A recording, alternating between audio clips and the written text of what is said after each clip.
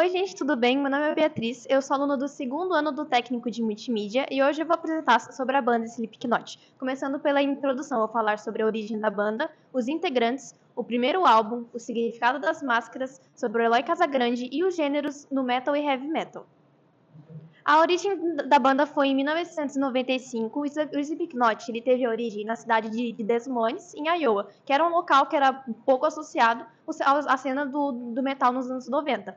A banda ela nasceu da paixão do percussionista Sean Crahan, o baixista Paul Gray e o baterista Joey Jordison, que eles queriam criar uma coisa uma coisa inovadora e mais agressiva. E o nome ele foi inspirado na faixa homônima Slipknot, que estava entre as suas primeiras composições.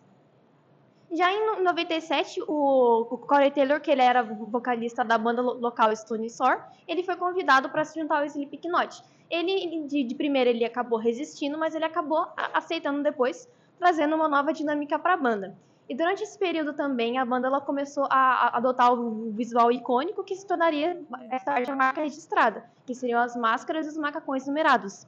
E esse visual ele foi criado para reforçar a ideia de anonimato e unidade, além de aumentar o impacto teatral das apresentações. Agora eu vou falar sobre os ex-membros. O Chris Finn, percussionista, ele saiu em 2019. O Joey Jordison, baterista, ele faleceu em 2021. E o Paul Gray, o baixista, também faleceu em 2010. Agora os membros atuais. O Corey Taylor, vocalista, dele está desde 1997. O Clown, percussionista, ele está desde 95. O Mick Thompson, guitarrista, ele está desde 1996. O Jim Root também é guitarrista, ele está desde 99. O Craig, ele é sempre tecladista, ele está desde 96. O Sid Wilson é DJ, ele está desde 98. O Eloy Casagrande, baterista, está desde o ano passado. O Alessandro, ele é baixista, ele está desde 2014. O Michael também é percussionista e ele está desde 2019.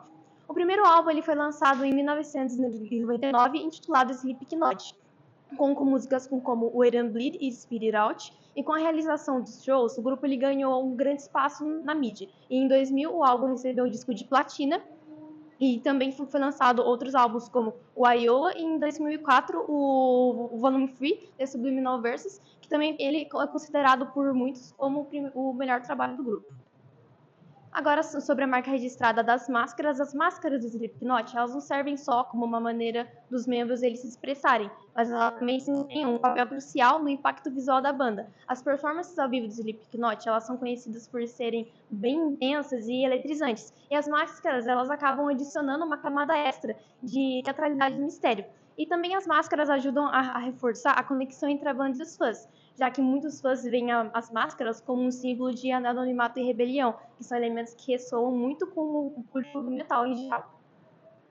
Agora, sobre o significado das máscaras de cada integrante, a do Joey Jordison é uma máscara inspirada na pintura facial de kabuki e em filmes de terror japoneses. O significado é que ela simbolizava a energia dele e a precisão na bateria. E após a sua morte, a máscara dele acabou se tornando um ícone do legado do Slipknot. A do Paul Gray, ele usava primeiro uma máscara de porco e depois ele acabou usando uma versão de couro com um zíper na boca. O significado, a de porco, ela simbolizava a ganância e a corrupção humana, e a máscara de couro, ela representava a luta dele contra a depressão e a dependência química.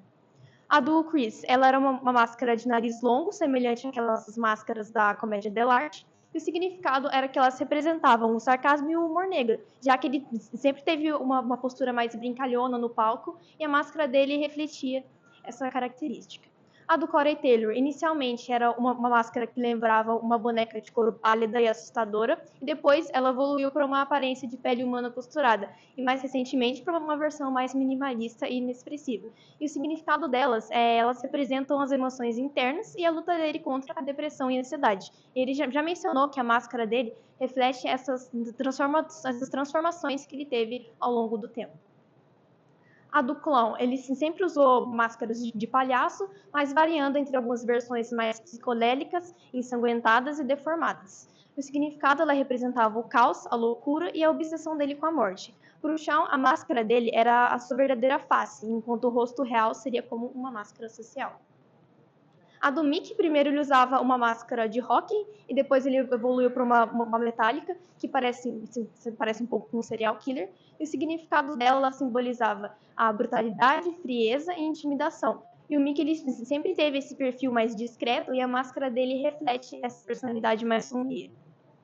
O do Jim Root, no começo, usava uma máscara branca inspirada no teatro kabuki, e depois ele passou para um visual mais agressivo e detalhado. E o significado, ela representa a introspecção e o mistério. Ele diz que a máscara dele ajuda a esconder a timidez e a canalizar a energia dele no palco. O Craig, primeiramente, ele usou uma máscara de mergulho e depois ele começou a usar a icone com os pregos. E ela representa o isolamento, o mistério e a aversão dele com interações públicas. Ele raramente fala e a máscara dele reflete esse comportamento mais reservado. O Sid Wilson, as máscaras dele foram as que mais tiveram mudanças. Ele já usou versões robóticas, de gás, de zumbi e até inspirado em filmes de terror. E o significado elas representam o espírito caótico e imprevisível que ele tem. Ele é uma pessoa extremamente imperativa e a máscara dele reflete essa energia. O Alessandro, a máscara dele tem um aspecto mais esquelético, um formato mais distorcido, assim, e ela representa o respeito ao passado do Slipknot e a nova identidade dentro da banda. O Michael Pfaff, inicialmente ela era uma máscara enrugada e sem expressão, e depois ela foi para um visual um pouco mais assustador. Ela representa um mistério, já que a identidade dele foi mantida em segredo por muito tempo.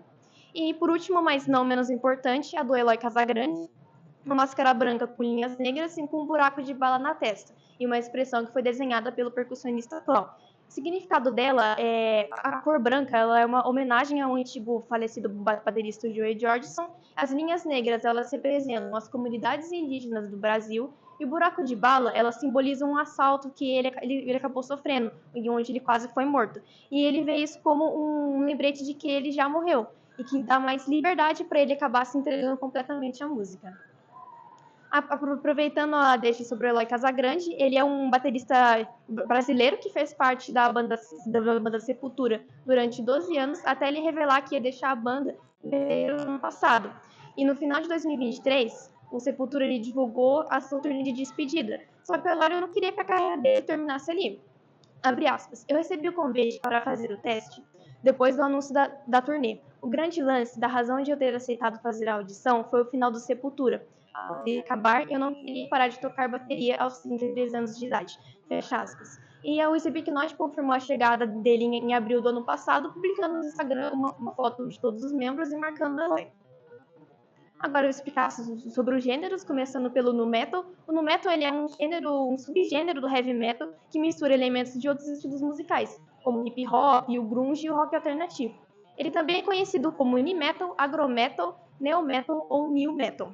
O nu metal surgiu no início dos anos 90 e ele foi influenciado por bandas como Faith No More e Anthrax. O Korn ele é considerado como uma das bandas pioneiras. E algumas outras bandas também temos System of a Down, Deftones e Limp Bizkit. Agora, o do heavy metal, ele é um gênero musical que surgiu no final dos anos 60 e no início dos 70, combinando elementos do blues rock e do hard rock, uma abordagem mais intensa, pesada e agressiva. Ele possui riffs pesados e na voz ele pode variar com vocais mais limpos e melódicos, como Iron Maiden e Judas Priest, ou os mais agressivos e culturais, como Slayer e Death. Em algumas outras bandas temos Black Sabbath, Metallica e Megadeth. E aqui, para finalizar, eu deixo uma frase do vocalista: uma promessa quebrada é tão boa quanto uma mentira. Muito obrigada pela atenção.